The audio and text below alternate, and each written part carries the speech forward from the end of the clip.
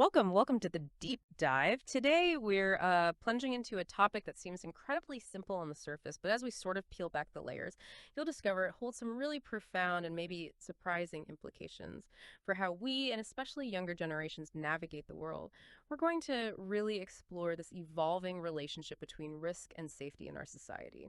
So, for this deep dive, we're drawing insights from a really compelling blog post. It's called Monkey Bars by Larry Dean over on his website, The Eingenier's Line, and this post pulls themes directly from his book, An Eingenier's Tale.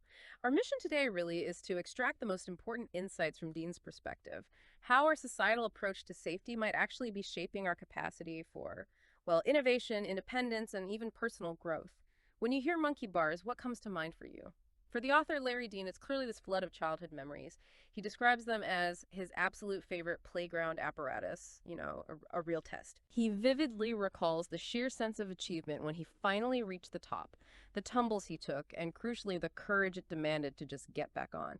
He paints this picture of intense physicality, pulling, hanging, stretching, swinging, jumping, slipping, and those heart-stopping near falls. Yeah, it's a really stark contrast to what Dean observes in modern playgrounds, isn't it?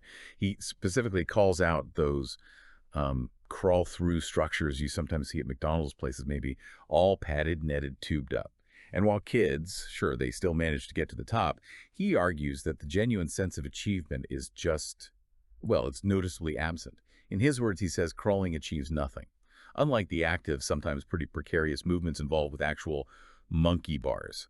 And he notes that monkey bars themselves are, largely gone now, often deemed unsafe. Right. And this isn't just an observation about playgrounds for Dean. He links it directly to a moment from his book, An Eingenier's Tale. He recounts hearing someone, a higher up in a board meeting, declare, what do they want? Smart kids or fast cars? They can't have both. Mm. And he also reflects on his own kind of surprising regret at having learned to siphon gasoline from his father by, sucking on a tube. It's an anecdote that immediately introduces that deeper theme he's exploring about inherent risk. Exactly. And what's truly fascinating here is Dean's fundamental premise. He presents risk and safety not just as two sides of the same coin, but as inversely related, almost like a seesaw, right? More safety means less risk, and greater risk, well, by definition, is less safe. He readily admits that over the past 50-plus years, the balance is undeniably tilted towards greater safety. Now, most people would probably see this as a positive thing, progress from what we might now see as ignorant past dangers. However, Dean provocatively contends that this shift has had a significant, unexpected consequence. An unexpected consequence. Yeah, he thinks it's stifling the potential of later generations. He's suggesting that pushing one side of that seesaw too high has these unseen consequences for the other side. So, if that's the trade-off he's suggesting, what did those less safe childhoods actually give us that we might be missing today? Dean argues they had these, well, unexpected benefits. He describes actions like riding a bike unhelmeted, shouting, look, ma, no hands, as, objectively foolish, perhaps. But he quickly adds, by God, we did them, and we knew we could. He suggests these experiences, despite their perceived folly, fostered confidence and built this sort of innate knowledge gained from actually challenging personal limitations. Right. And we connect this to the bigger picture. Dean believes these early experiences helped individuals better embrace calculated risks later on and make more informed decisions in life. He cites specific advantages, a greater willingness to confront challenges head-on, to experiment with new strategies maybe, and to explore opportunities that might come with unpredictability or even potential drawbacks. He firmly contends that these formative experiences resulted in individuals becoming, in his words, better innovators and entrepreneurs, independent thinkers who do not depend on governments or other people for their success. He's suggesting they develop this kind of internal compass for navigating uncertainty, a compass forged in those seemingly foolish childhood risks. Okay, so let's flip that coin then. Let's look at Dean's contrasting view of those raised in these safer environments. What are the implications Dean sees for these individuals later in life? Does he suggest they approach challenges differently? Oh, he absolutely does, and this is where his argument gets really pointed. He observes they're often quick to blame others or government for their own failures, maybe more inclined to take fewer chances, avoid potential disruptions, and consistently opt for strategies that minimize any negative consequences. And here's a really critical distinction he draws. While they may intellectually understand that risk is necessary for success, and so they might decide to take a chance, their fundamental lack of what he calls inbred knowledge of risk makes their chances more like Like gambling. Exactly. More akin to gambling, truly left to chance. This is starkly different from those with that innate knowledge of risk who decide a course of action consistent with their, rich life experiences. So Dean is essentially saying that real risk-taking isn't just about blind luck. It's an informed, almost intuitive calibration, honed through experience. And without that honing, even a calculated risk becomes just, well, the toss of the dice. And this entire argument from Dean, it resonates really deeply with a piece of wisdom from Abraham Maslow, doesn't it? The Yeah. well-known 20th century American psychologist. Dean quotes him directly, "You will either step forward into growth or you will step back into safety." It's such a powerful quote, Right. especially when you view it through the lens of Maslow's famous five-step hierarchy of needs. Mm. His foundational layers, are basic physiological needs, food, shelter, and then safety. They're crucial, of course. But Dean highlights that the higher steps, love, belonging, esteem, and ultimately self-actualization, all require individuals to, well, put yourself out there and taking risks. Mm. And this point is that if you haven't truly developed a sense of risk through real-world experiences, you'll find yourself constantly stepping back into safety whenever you're faced with opportunities for real growth. And Dean makes a really prescient observation here. He points out that Maslow died back in 1970, right? Long before the dawn of video games and social media. Right. And this leads Dean to what he calls a scary thought. That kids would eventually learn how to virtually experience steps 3 through 5 while never leaving the safety of step 2 and never taking a real risk. Yeah. He really underscores his concern about how deeply these purely virtual experiences might be carried into later life, impacting real-world decision-making. He does offer a small glimmer of hope, though. He shares this anecdote about his church removing its playground equipment because the cost of upgrading to modern safety standards was just ridiculous. Okay. And his relief.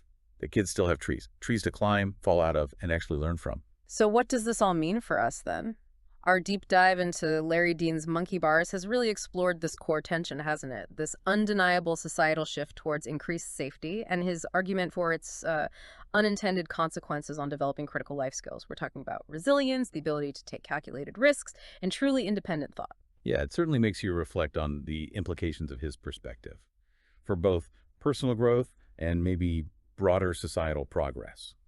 While safety is, of course, absolutely crucial, the absence of real-world challenges might indeed prevent the development of that inbred knowledge of risk that he sees as essential for, well, true self-actualization and innovation. So, given Larry Dean's insights, maybe the question for you listening is this: how might we as a society encourage the development of an innate knowledge of risk in environments that are increasingly and perhaps rightly designed for safety? What might be the trees to climb in our modern lives? Those opportunities for genuine formative risk-taking. It's definitely something to think about as you navigate your own journey, trying to balance that comfort and challenge. What do they want, smart kids or fast cars? They can't have both. I heard a higher-up actually say this in a board meeting. I also regretted having learned from my father, who had a mental breakdown in his 50s, how to, and not to, siphon gasoline by sucking on a tube. An Engineer's Tale, page 38. When I was a kid, my favorite playground apparatus was the monkey bars. Oh, the challenge and the sense of achievement when I reached the top. Sure, I fell a few times. And sometimes I'd chicken out and climbed back down. But I'd always find the nerve to get back on them again and pull myself up, one rung at a time. You don't see monkey bars much anymore. They have been deemed unsafe. The closest thing you see nowadays are the crawl-through structures at some McDonald's, with pads and nets and tubes. Kids still reach the top, but the sense of achievement is missing. Crawling achieves nothing. Pulling, hanging, stretching, swinging, jumping, slipping, and almost falling does. Risk and safety are inversely related. More safety means less risk, and greater risk is less safe. So what's the balance? Over the past 50+ years, the balance has clearly tilted from riskier to safer. Many would say that this is a good thing, and just shows how ignorant we were of the dangers our children's actions could bring back then. Which is true. But I believe an unexpected consequence of this tilt towards safety has been to stifle the potential of later generations. Okay, our unhelmeted look ma, no hands actions were foolish, but by God, we did them, and we knew we could. The confidence we had in ourselves grew, as did the knowledge we gained in challenging our limitations.